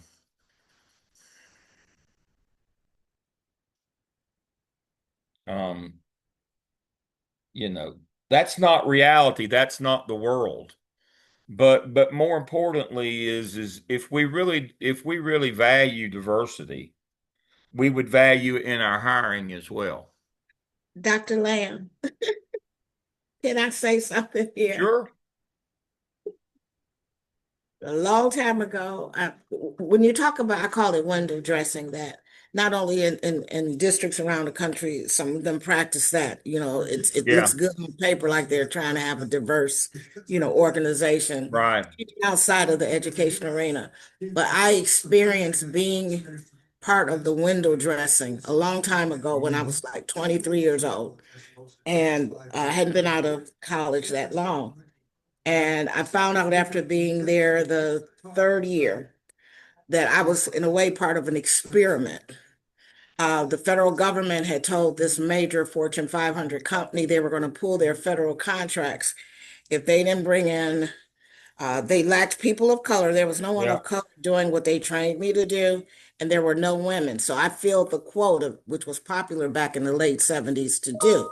So they Yes. saw me coming, and they invested all this money in teaching, training me in tort law. I had to pass the test and all that. So I was the only, I was the only face in this huge, for only one in the room and at the tables. And I remember going to my parents. Some days I didn't think that, I felt like a fish in a fishbowl. And my dad said to me, because he had broken some barriers, he said, "Well, I'm not going to tell you what to do." He said, "But you never go until you want to go and you're going to something better." And so I did stay, and I stuck it out, and eventually was able to bring other people along. So sometimes in places like that, where they're doing window dressing, I'm not going to say it always happens, but you can be that groundbreaking person Mm-hmm. to maybe help them make that paradigm shift to say, well, and break some stereotypes and barriers. Mm-hmm. And that's in that instant. I mean, it really made me grow some big shoulders and a stronger back, so to speak. Right. Because I swear I was under a microscope. And I'm glad I cut my teeth on that early. And so then fast forward to the education arena, we still have high-paying suburban districts outside of Detroit that still won't bring in people of color. Right. Okay. It's one of the most, believe it or not, Detroit metro area is still one of the most segregated when it comes to hiring educators and administrators Right. in the area. So yeah, would I go to that place? It would depend. I've learned to feel comfortable in my skin. My parents raised me to feel comfortable anywhere I may find myself. If I had to be there, because if I had to it was the only place I could make a livelihood, you know, Yeah. do it. Well, And that's all I wanted to say, though. I've been in places too many times where I was the only in the room, at the table, at the, you know, in and outside of education. There were no Black special ed directors when they recruited me out of Detroit. And I would go to some of these conferences, and the LRP, for example. And shoot, they're about in their 45th year, started by lawyers for special ed law. And each year, though, I saw it get better and better and grow and grow. I should be able to count how many people look like me that were directors. There weren't many. The directors were white. So, and that's it. You asked, could you be is in places? Basically, you're asking with all these white people. Yeah, because I've done it before. I had to. All right, end of my story. All right. But the That's what point happens when is you get this, old. Tell stories. and I always have this conversation at this point in this course every year, every semester that I teach this course, I have this point. I'm not saying don't go there. I'm not saying don't be a groundbreaker. I'm not saying that you shouldn't do those things. But what I'm saying is when you get there, you need to protect yourself. What they say and what they do is two different things sometimes. And you need to understand, just like Heidi, I showed you Heidi's picture at Belmont Abbey. They hired her to be their diversity initiatives. They didn't want her to do anything else when she got there. You've got to be able to read the room here. I had this conversation with one of the students in 738 that comes by and sees me every once in a while because he's in a school where basically he was talking about his employee development plan, was centered around diversity. And I told him, do you really think your school wants to hear this? Read the room. Look at who they've hired. Is it really a point of concern or interest or an area for improvement or uh, an area of emphasis if it's not changing? Now, that doesn't mean that you shouldn't work to improve it yourself, but do they really want a plan? Is that really going to be the smart thing for you to do? In that you got to read the room and know that doesn't mean that you don't work to change it, but you can't overwhelm people. It's not smart. Um, we witnessed a young woman who presented on Sunday. Her district told her no. She went ahead, but she no longer works. That's what we're talking about. Sometimes it ought not be too much, but the reality is it is too much for them to handle at one time. It's just too much, especially in this political climate where trying to go backwards 50 years, 100 years. Um, just be cognizant when you're talking about diversity, equity, inclusion. Be cognizant of what they do versus what they say. That's the point of my rant. Is people will show you who they are. You just got to be smart enough to pay attention and know that. What they put out on press releases or in literature, that's one thing. And what they do is another. You need to learn the difference between the two. And you would know that my personnel development plan probably should not be, my employee development plan probably should not be based on equity, diversity, and inclusion. If we're not doing that here. That doesn't mean that I don't work toward those goals, but that should not be my only plan. That probably will not, you know, you can't light the people on fire that you work with, even though they might deserve it. You can't do that and stay employed. You can't make any changes if you're on the outside looking in. You got to have a seat at the table.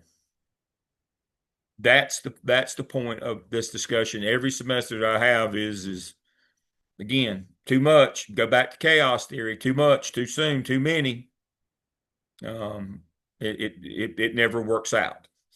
All right. So yes, I will find a time on my schedule to book y'all a group time. When we get closer to the time, we'll figure out whether we need to do it weekly or every other week or whatever y'all want to do is fine with me. I ain't got anything else to do. Um, so I can find that time in my schedule. All right, so we're off next week. Y'all get the 4th of July holiday. And then we're meeting in Charlotte. So we need to do something. We need to do something special for lunch. We've had breakfast. We need to do lunch. So what are we going to do for lunch? So I'll know what to plan for here. Y'all want me to cook and bring something, or y'all want to order out, or y'all want pizzas? What do you want to do? I'm a pretty good cook. Look at me. I could cook and bring something. Do we have any What's your special specialty, Dr. Lamb? Do what now? What's your specialty? Soul food. Macaroni and cheese. That's it, Dr. Macaroni. Lamb. What about the protein? Generally I do barbecue. Well, I can't do that one. You can't do I, barbecue? I don't eat the swine. All Sorry. right, that's what I was talking about. So what I do is I do chicken and pork. Chicken and pork, and then I do beans, slaw, and macaroni and cheese. So that I do I'll that. be I at do a a, number Want of to do, other things. T? I'll be at a hotel. So what do we need to? I can buy some silverware. Now they had now I do much better spaghetti than Steven. I do spaghetti. That's my other specialty. I do spaghetti. I do that, or we could order out pizzas, or we could order. I'm kind of tired of the box lunches from Jason's. We can do sandwiches. We can do sandwiches if you want to. Salads and sandwiches from Jason's. We can do pizzas. We could have me cook something. So, but y'all, There's do a y'all Panera think? not far. There's a Panera Bread not far since you're doing Jason's. I don't know where Jason's is, but I don't know if I can get Panera Bread delivered. gotcha. It's not far. That's why I was saying. Yeah, they don't. I don't have a catering account with them, and they don't like doing. Now we could do a. I guess we could do a pickup. Now we could always just go over to Ruby Tuesdays and eat lunch. But if we did We that, should y'all'd keep have it. to pay. We should keep it simple like that. We should keep it simple like that. And we don't Now, have to. what I have done is I had one group that just wanted to go down to Wendy's. We went down there and had lunch. Because we're gonna be paying all that tuition for the fall. That's what I'm talking about. Y'all got a big bill coming for 13 credit hours this fall. Y'all need me to be buying lunch. Dr. Lamb, how are we gonna do that? That's whoa. That's over $8,000. We That's do. a You do lot. what you gotta do. That's a lot of money in the fall. I'm telling you, it's going to Ooh. be a lot of money. So And yeah. I'm paying out of Will they pocket. adjust our So, ooh. will they adjust our student loan amount if the price goes up? Yeah, No, I it's think flat if you rate got two for 6-hour courses, I think you can get more. it's flat rate. But I'm Wow. I'm not in the loan business. I don't know anything about that. I'm paying out of my pocket, and they told me it's you can do the 4 payment installment or the 5. That's it. Yep, that's what That's they it. told me too. So that's what I'm doing, the 5 payment installment. Okay. And that's what I've been doing installment each semester. Yeah. So at least y'all got student loan. I got my pocketbook I got to dip into. It's going to be tough. I know that. So I Yeah. better buy lunch. All right. So what am I thinking about doing? I think what I will do is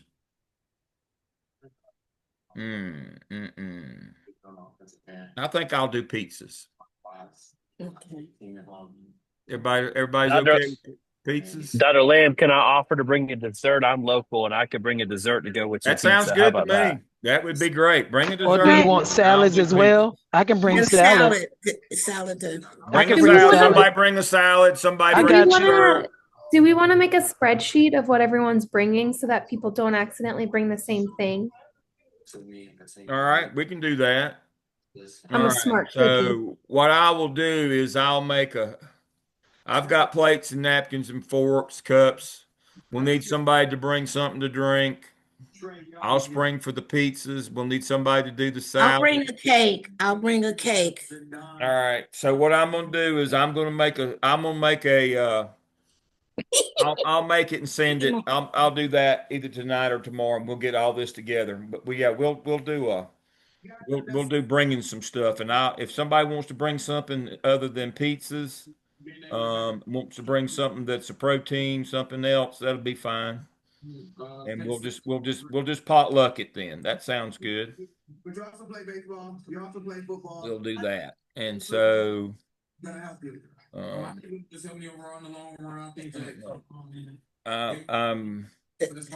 Lamb, I'm going on record. I'm keeping my 6 o'clock Tuesdays with you all right. online. I'm getting ready to, and I'm sending the email to that effect. I locked down all those Tuesdays at 6. All right. Okay. I was first locking all those Tuesday 6 o'clock. When you put that I'll make some more times for the other folks that need to meet. That'd be fine. Okay. All right. I see our time is up. I'll send a spreadsheet on what we're going to need, and y'all just sign up for what you want to do. All righty. All right. It's good to see everybody tonight. I will see you next weekend. Have a good holiday. Thank you, Dr. Lamb. All right. Good night. Thank you, Dr. Lamb. Bye-bye. Bye-bye.